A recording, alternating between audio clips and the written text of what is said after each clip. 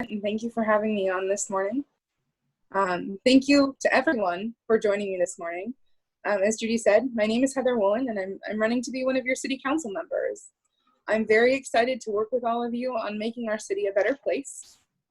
So today I'll be telling you about myself, about my vision for Culver City, and I'll be answering any questions that you guys have for me.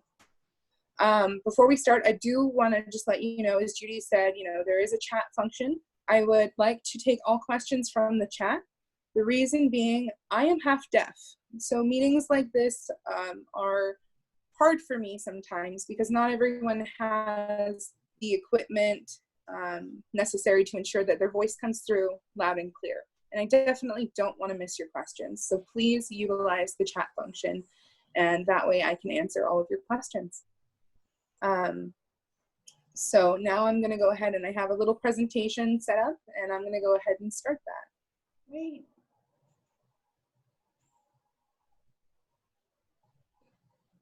This is how you guys can connect with me. We do have a Facebook page up right now.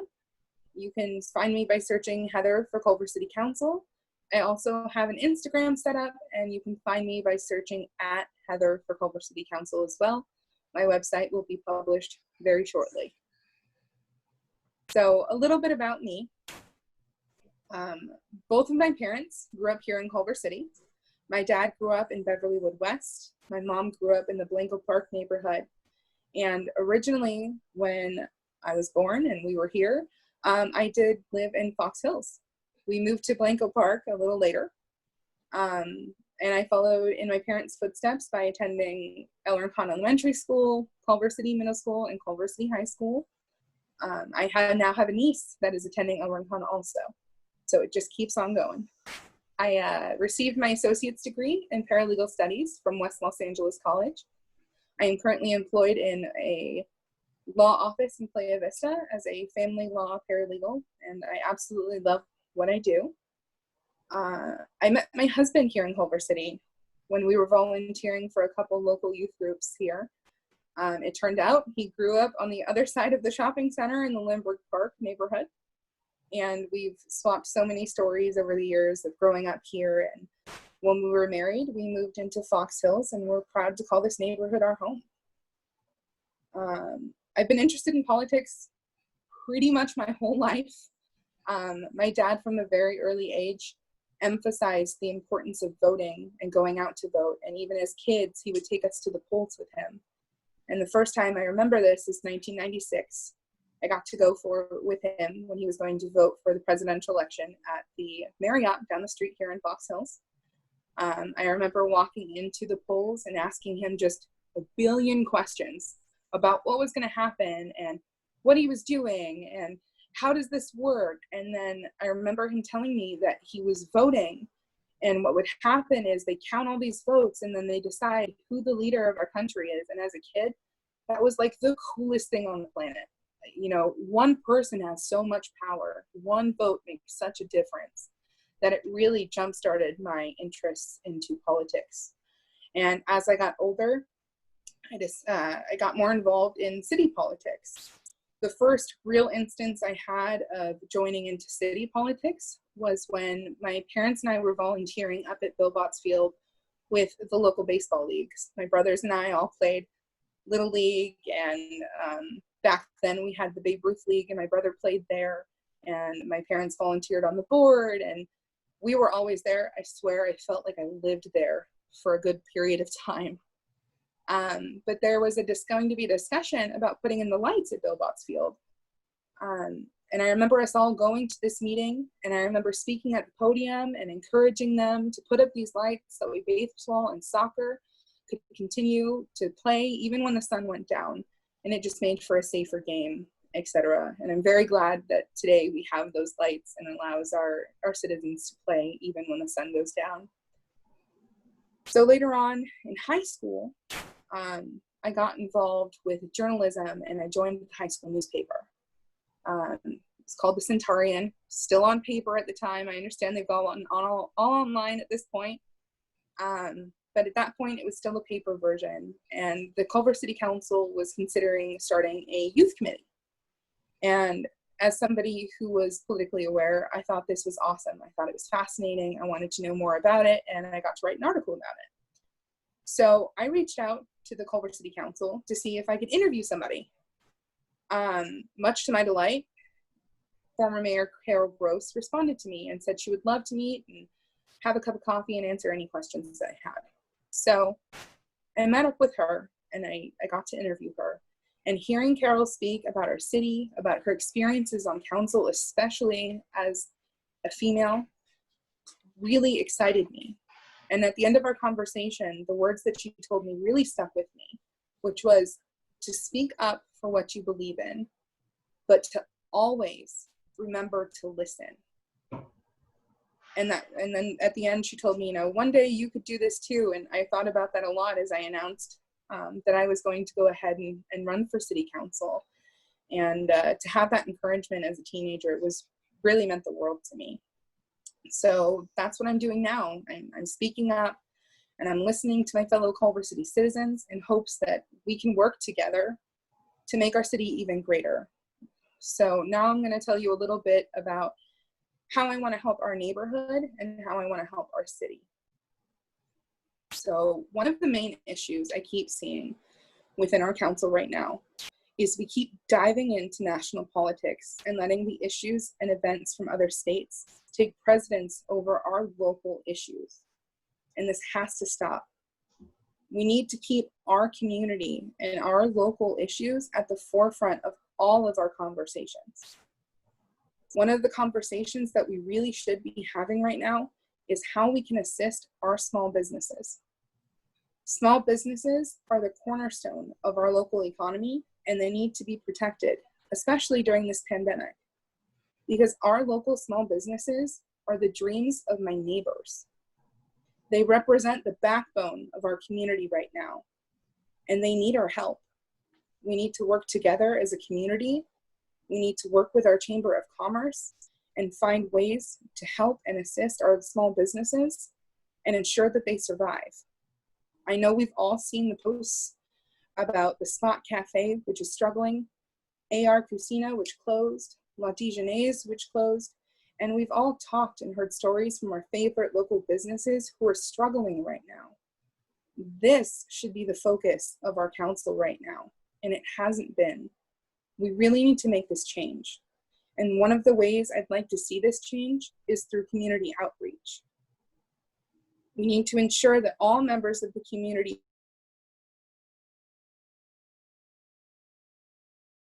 of our meetings are online, and understandably so.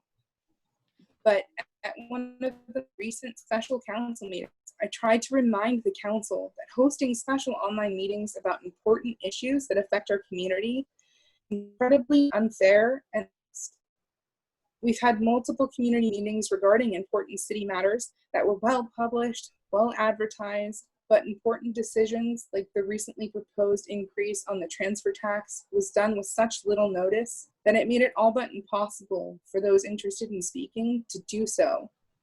This especially hurt our seniors and our citizens who don't have the means and ability to join these meetings. I want us to make sure that all citizens, not just those who are tech savvy and those who have the appropriate equipment, are represented. Another main focus of my campaign is public safety.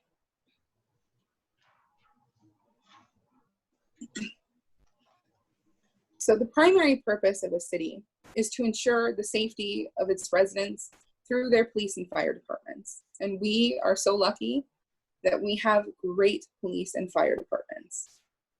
Culver City lies within the metropolis of Los Angeles and has a daytime population of approximately 300,000 people. As a result, there are many instances of crime within our city. A high concentration of these incidents occur on the LA Culver City borders, a fact that we here in Fox Hills know pretty well. A well-funded police department is necessary to control these crime rates. Therefore, maintaining our current level of police service is imperative to the safety of our community and our neighborhood. When elected, I'd like to move forward with investing in adding additional resources such as social workers and mental health professionals, while still ensuring that public safety is not sacrificed. I'd like to share some important statistics with you guys that you may or may not know. These numbers are based on our reports from 2018 and were provided by Neighborhood Scout. As you can see, when it comes to violent crimes, Culver City residents have a higher chance of being a victim of a violent crime than the average Californian. I know most recently, our neighborhood knows about this because on August 5th, our Fox Hills neighborhood witnessed the attempted murder of construction workers who were working outside of the apartment complex where I live. Due to Culver City PD's swift response and the community's assistance, the suspect was apprehended the very next day.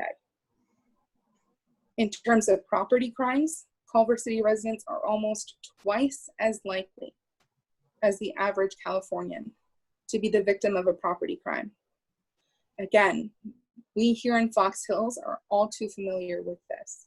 We've witnessed the rampant package theft, bicycle theft, and car break-ins.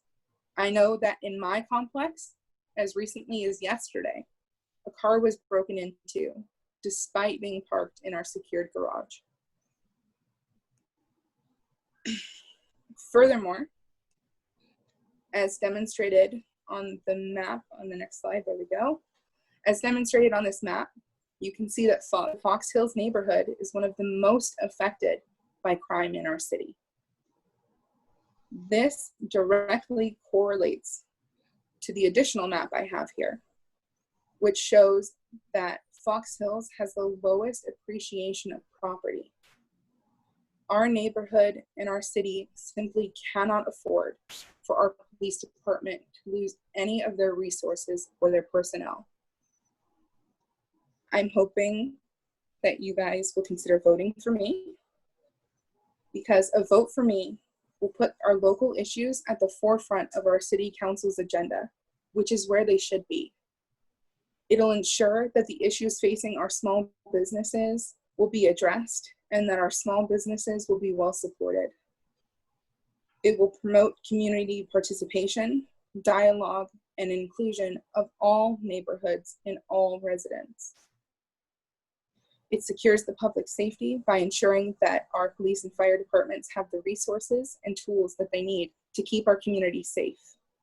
And it will guarantee that all residents have a voice and will be represented by the city council. I want to thank Judy again for having me on today, and I'd be happy to answer any of your questions. Thank you. Thank you. Yes. So Heather, we have a question that came up.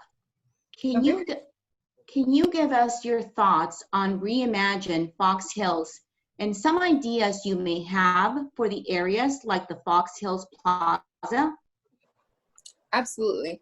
So Reimagine Fox Hills, I really want to get more in depth with that. As far as the Fox Hills Plaza, I know at one point, last I read, they were considering adding a high-rise mixed-use building. I think that's still a plan, but I'd be happy to research that more and get back to you guys. But we're already so crowded, and I'm not sure how well that's going to work out. I'd love to see our council spend some more time on updating Fox Hills. I know our sign could use some sprucing up, and I know that our park could use some more tender love and care, and I'd really like to see some of that accomplished via this Reimagine Fox Hills.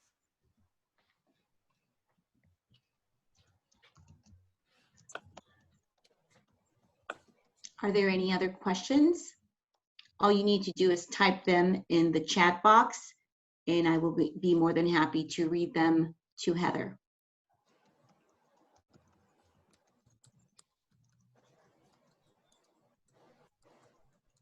I don't bite, I promise.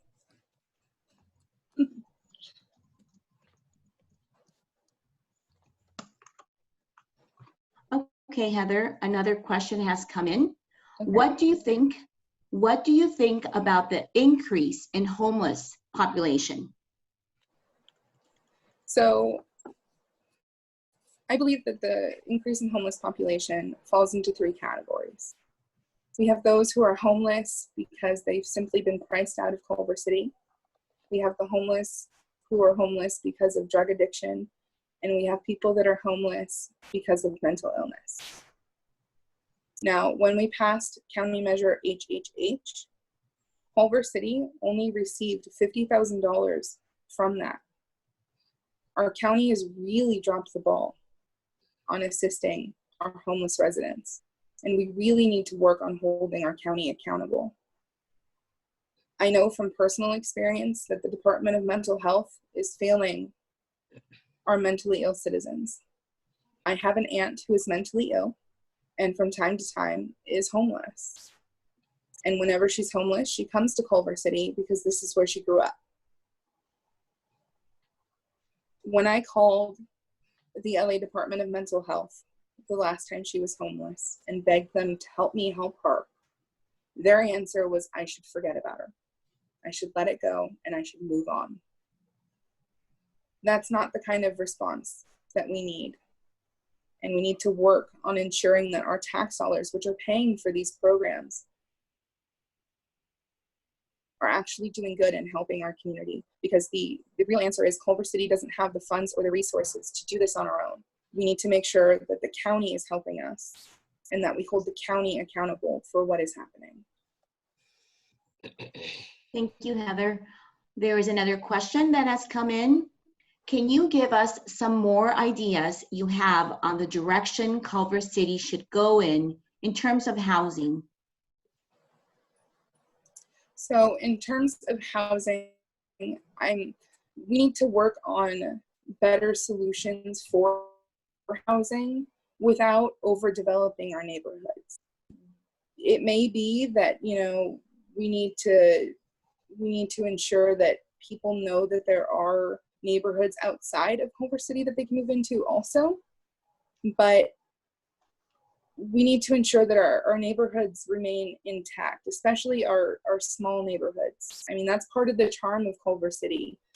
You have these big developments in LA, and all of us are, how would you feel about living in a 27-story building? Or you have that large one that's right off of La Cienega, just past the train station. And I don't want to see our neighborhoods lose their charm. I want to ensure that we develop responsibly and protect the character of our neighborhoods while still increasing the number of people that we can support with additional housing.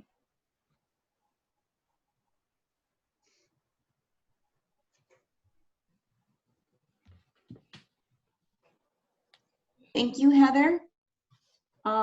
Another question has come in. What's your position on defunding our police? My position on defunding our police is that we need to keep the current levels of service within our police department to ensure proper public safety.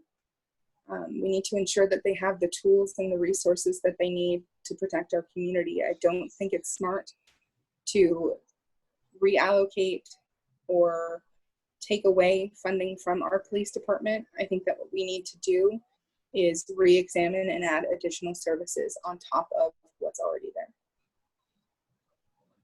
Thank you, Heather. Another question has come in. What are your thoughts about rent control? So the state has already mandated rent control. There's really no reason for our city right now to be spending hundreds of thousands of dollars on this issue and this program when the state's already set up this program. It's an unnecessary cost at a time when we could be using these for other community programs. One of the programs I'd love to see this money go to is RAP, which is the Rental Assistance Program. We've spent hundreds of thousands of dollars already.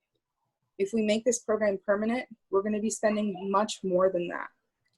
If we were to take this money that we're using for this program and funnel it into programs like RAP, which is currently assisting 100 families in our community with rental assistance, we could help so many more families who are struggling to make rent right now, which in turn helps the building owners and puts more money into our local economy.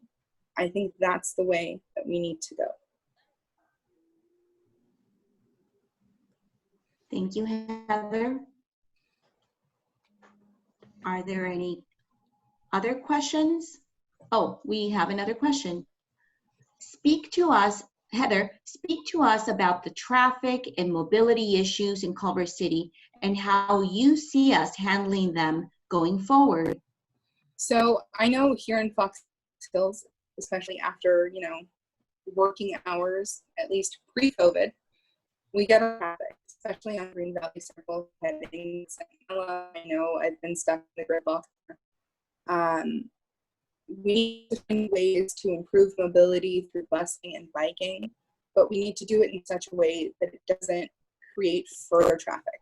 And I think that it's a community conversation. It's a conversation that takes place with those who bike, those who bus, and it takes place with our neighborhoods and figuring out how to make this all work cohesively together. I think that's where I see this happening is I see more community meetings and more planning rather than just doing and figuring or doing. I think that's a waste of time. So I think we need to do our research and we need to reach out to everyone and ensure that we come up with better solutions for the traffic and mobility issues our city is facing. Thank you. There's a question, also another question. Any thoughts on property tax relief? Sure. So as I mentioned earlier, the city is planning on passing or putting on the ballot an initiative to pass an additional transfer tax. Part of this correlates to our council's fiscal responsibility. We need to be responsible for our money. We need to be responsible for our budgeting and ensuring that we stick to a budget. We need to stop counting on our homeowners to bail us out. Every time we need money, we reach out to our homeowners and we increase their taxes. We add a parcel tax. We just keep doing this. And especially right now, everyone is struggling to get by. So I think we need to hold off on things like this.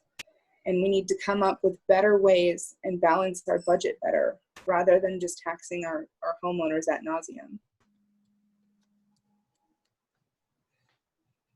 Thank you, Heather.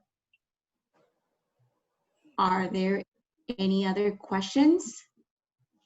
We'll give them a couple of extra minutes in case someone has a question or a comment or anything else that they'd like to ask.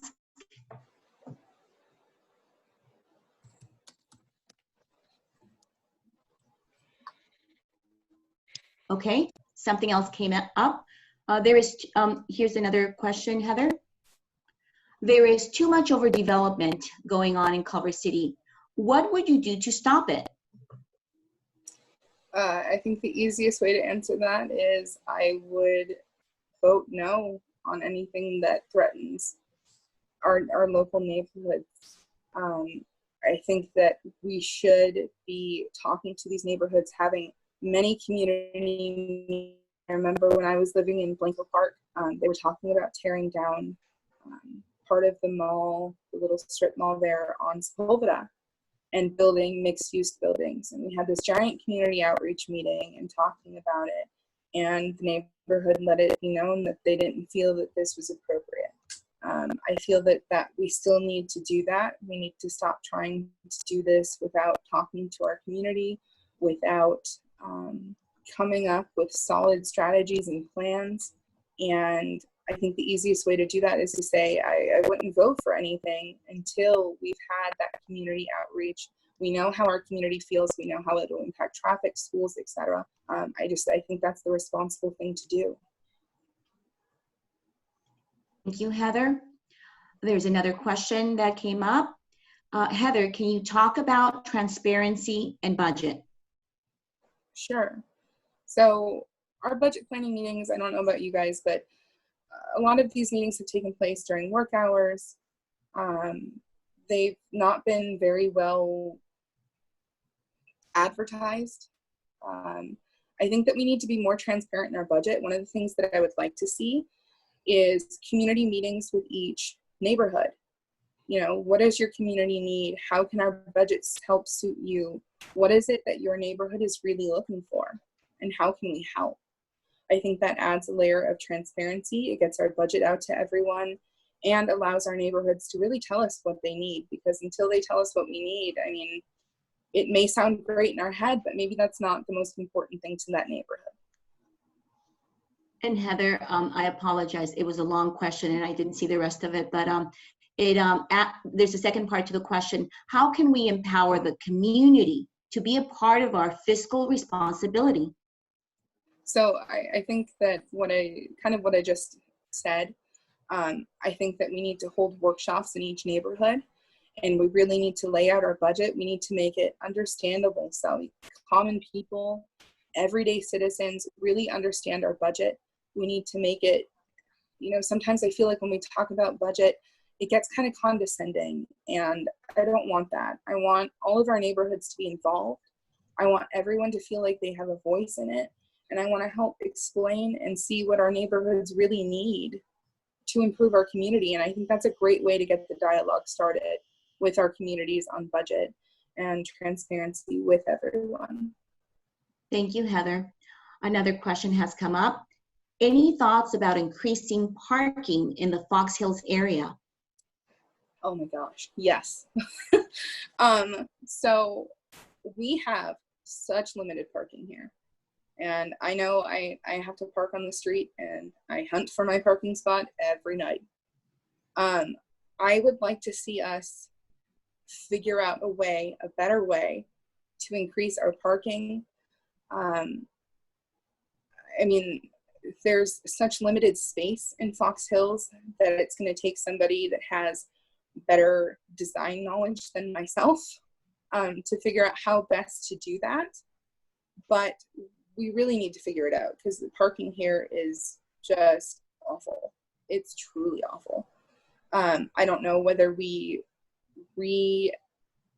realign our parking spaces to be, you know, the vertical ones so we can fit more cars, but then you're backing out into oncoming traffic. I mean, there's a lot of factors that go into that, but it's definitely something I would like to see addressed for our neighborhood, and something that we should definitely be studying and figuring out. Thank you, Heather. Are there any other burning questions out there? Mm-hmm.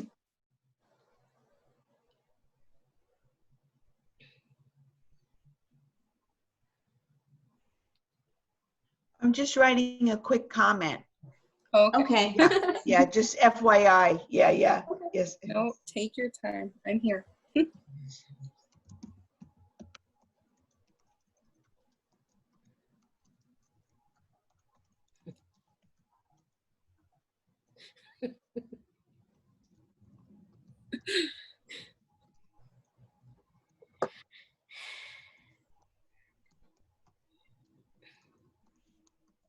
And take this opportunity to take a sip of water.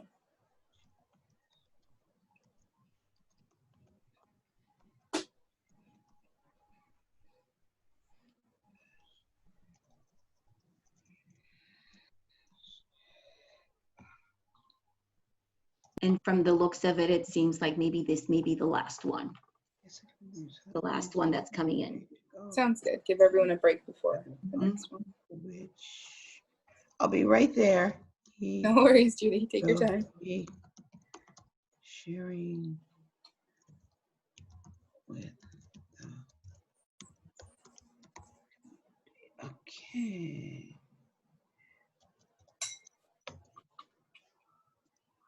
Okay. So the following has come in. Any thoughts about increasing?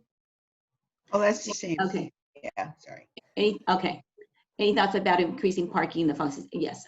Yes, a different configuration is hopefully the way to go. This is what Judy shares.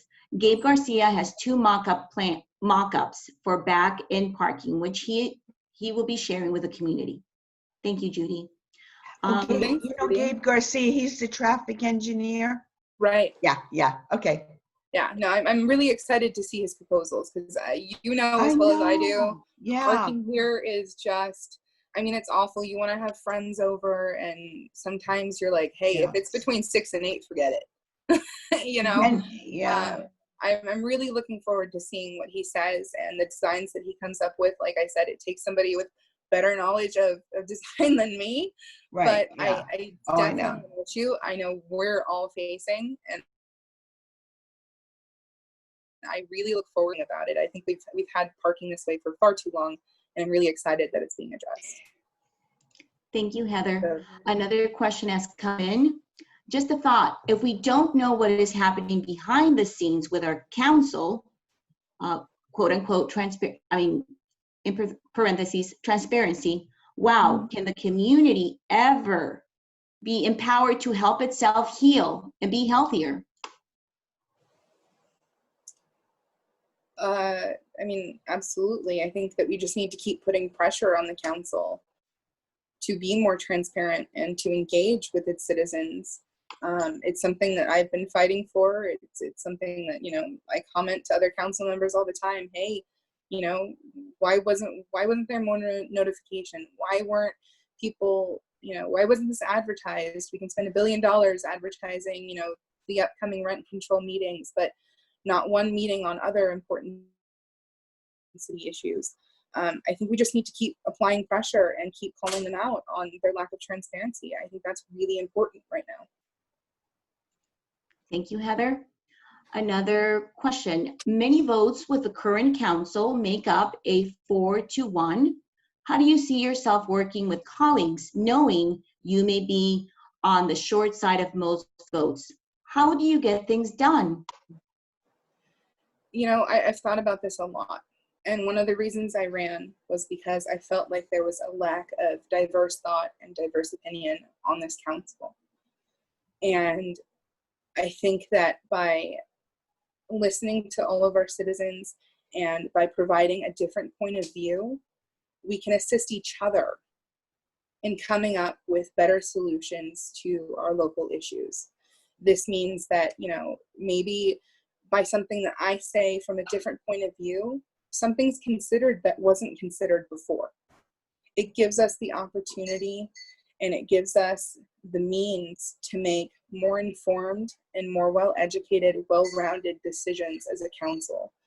And I know that colleagues don't always agree, but I think as long as we can reason with each other and we can talk and have, you know, a civil dialogue between council members and with our community, we can get a lot more done and represent a far greater amount of citizens in Culver City than is currently being represented. Thank you, Heather. And I believe that if no one else has a question, I believe that that may be a good place to finish with our questions. Nothing else has come in. Okay. I just want to say again, thank you, Judy, and Paula and the Fox Hills Neighborhood Association for setting this. This was a great idea. I know we can't all meet in the park like we all want to. I love Fox Hills Park. I enjoy taking my niece there. And it's sad, but I'm glad that we're able to accomplish this in a different manner. And I thank you for setting this up and reaching out to me and including me in this. I really appreciate it. Well, thank you so much. We really appreciate you coming out too. And time's quick. Yes. You figure an hour, it's almost an hour. So, I mean, you know, if you have a closing statement, if not, that's fine. You know, whatever. We just kind of made it an hour so people didn't feel rushed, Not a you know, problem. and you know. So. In closing, you know, I hope that everyone here understands a little bit more about me and who I am and what I want to accomplish in this city. I know I'm much younger than everyone else who's running, but I think that I have some good ideas and some good value to add to this council. And again, I want to see us focus on our local issues. I want us to focus on our neighborhoods and our residents rather than focusing on issues that have so little to do with us. I want to encourage you, if you have any questions after this, please, please, please feel free to reach out to me, Facebook, Instagram. You can also email my campaign. All of that information can be found on the Facebook page. I will have a website up very, very shortly, and I am 100% reachable, approachable.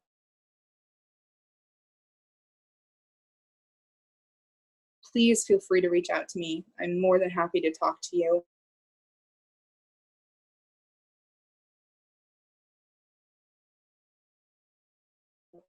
Yeah, And right. getting to have an actual conversation in person. I really look forward to that.